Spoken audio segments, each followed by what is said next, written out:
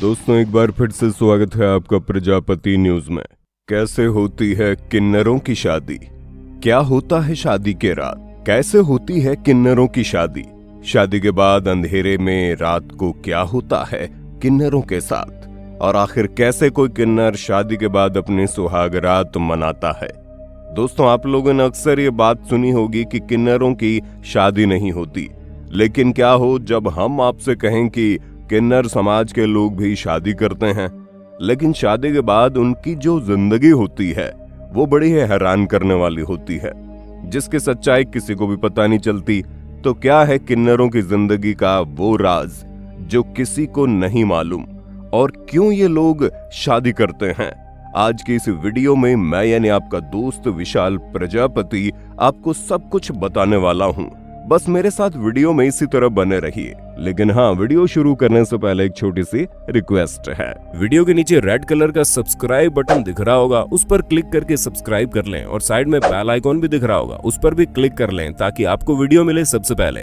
दोस्तों किन्नर समाज हमेशा से ही रहस्यों का पिटारा रहा है, जिनसे जुड़े रहस्य कभी भी लोगों के सामने नहीं आ पाए। तभी तो आप कभी भी किसी किन्नर के मुंह से उनके समाज में होने वाली चीजों के बारे में कुछ नहीं जान पाएंगे। पर क्या आप जानते हैं कि किन्नर समाज का अस्तित्व आज से नहीं बल्कि सालों से चला आ रहा है।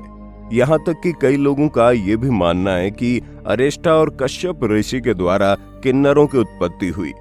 ज्योतिष विज्ञान की माने तो कुंडली में बुध, शनि, शुक्र और केतु के अशुभ योग बनने की वजह से ही व्यक्ति किन्नर या नपुंसक पैदा होता है। लेकिन क्या आपने कभी ये सोचा है कि जिस किन्नर समाज से लोग इतना दूर भागते हैं, भला उनसे शादी कौन करता होगा? क्योंकि आप ये जानकर दंग रह जाएंगे कि आज के समय में किन्नर न केवल शादी कर रहे हैं बल्कि सुहागरात भी मना रहे हैं। पर आखिर ये सब होता कैसे है? क्योंकि किन्नर ना तो पूरी तरह से औरत होते हैं, ना तो पूरी तरह से आदमी होते हैं। असल में दोस्तों किन्नरों की ये शादी कोई आम शादी नहीं होती, बल्कि इस रहस्य के पीछे एक बहुत ही दिलचस्प कहानी छुपी हुई है, जिसकी कड़ियां डायरेक्ट जाकर भगवान श्री कृष्ण से जुड़ती हैं। अब आप बोलेंगे भला किन्नर समाज और भगवान श्री कृष्ण का क्या लेना देना? तो दोस्तों अगर आपको किन्नरों की शादी का सच जानना है तो उसके लिए आपको विल्लुपुरम जिले के बारे में जानना होगा, क्योंकि यहाँ पर भगवान ऐरावन के मंदिर में किन्नरों को सुहागन बनाया जाता है।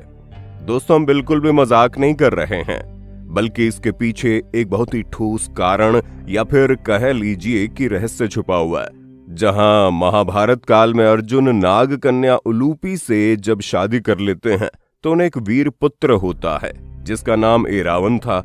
ऐरावन सिर्फ अर्जुन के पुत्र नहीं थे, बल्कि उनकी माता उलूपी नागराज कौरव्य की पुत्री थी। अब आप सोच रहे होंगे कि अर्जुन ने एक नाग कन्या से विवाह क्यों किया? तो दोस्तों हुआ ये कि उलूपी की शादी सबसे पहले किसी और से हुई थी, जिसे गरुण ने मार डाला।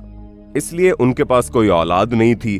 वो हर समय दुखी रहा करती थी, जिसे देखते हुए एक दिन नागराज ने अर्जुन से विनती की कि वो उनकी पुत्री से विवाह कर ले, और इसी विनती की इज्जत करते हुए अर्जुन ने नाग कन्या से शादी कर ली।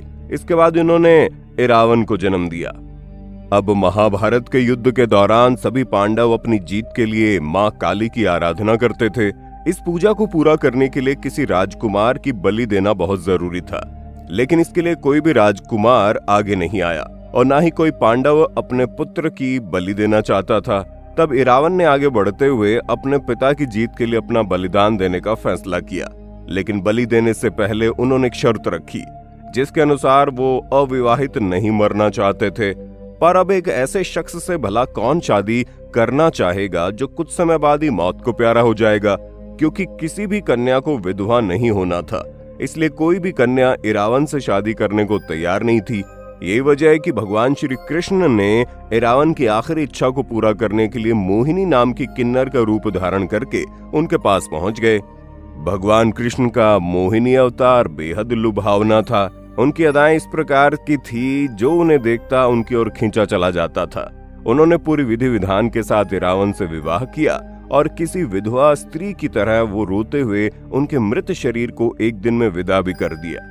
अब भगवान ऐरावन किन्नरों के देवता कहलाए जाते हैं और इसीलिए विल्लुपुरम जिले के कूवगम गांव में भगवान इरावन का एक मंदिर बना हुआ है, जहां पर हर साल किन्नरों को सुहागन बनाया जाता है। हर साल यहां पर 18 दिनों तक एक खास उत्सव चलता है, जिसमें पूरे भारत और आसपास के देशों से सभी किन्नर एक साथ इकट्ठा होते हैं ताकि वो भगवान इरावन से विवाह कर पाएं।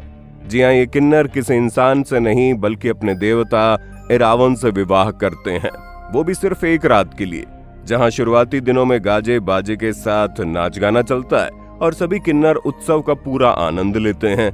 जहां किन्नर गोल घेरा बनाकर एक साथ नाच गाना करते हैं और हंसी खुशी के साथ अपनी शादी की तैयारी करते हैं।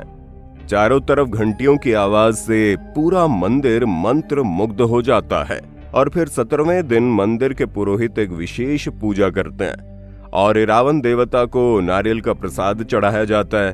फिर आती है किन्नरों के सुहागन होने की बारी, जहां इरावन देवता के सामने मंदिर के पुरोहित किन्नरों के गले में कलावा पहनाते हैं, जिसके साथ ही किन्नरों का विवाह संपन्न होता है। लेकिन 18वें दिन पूरे गांव में इरावन की मूर्ति को पूरे उत्साह के साथ घुमाया जाता है और फिर उसे तोड़ दिया जाता है और इसी के साथ ही किन्नर अगले ही दिन विधवा हो जाते हैं और अपने श्रृंगार को मिटा देते हैं। इसके बाद वो सफेद कपड़े पहनकर जोर जोर से छाती पीटते हैं और रोते हैं। किन्नर उसी तरह विलाप करते हैं जैसे कि सच में वो विधवा हो गए हों। ये नजारा देखकर किसी की भी आंखों में आंसू आ जाएंगे। और ये सब कुछ आज से नहीं बल्कि तब से चला आ रहा है जब भगवान श्री कृष्ण ने किन्नर का रूप धारण करके रावण से विवाह किया था। और जब उन्होंने अगले दिन मृत्यु को स्वीकार किया तो उनकी मौत पर विधवा बनकर वो रोए थे। तभी से किन्नर भी अपने देवता इरावन से विवाह करते हैं और फिर विधवा बनकर विलाप करते हैं। उसी के साथ ये प्रथा खत्म होती है और अगले साल सभी किन्नर दोबारा से मिलने का वादा करके अपने अपने शहर अपने अपने देश लौट जाते हैं। दोस्तों, ये थी किन्नरों के विवाह की पूरी सच्चाई, जिस पर आपका क्या कहना है कमेंट में जरूर बताइए। और इसी तरह की वीडियोस को देखते रहने के लिए हमारे चैनल को लाइक शेयर सब्सक्राइब करना ना भूलें। धन्यवाद। दोस्तों, आपकी स्क्रीन पे 2 और वीडियोस दिख रही हैं, जिसे देखने के लिए आप इस स्क्रीन पर क्लिक करें। दोनों देखिएगा, बहुत अच्छी वीडियो बनी है।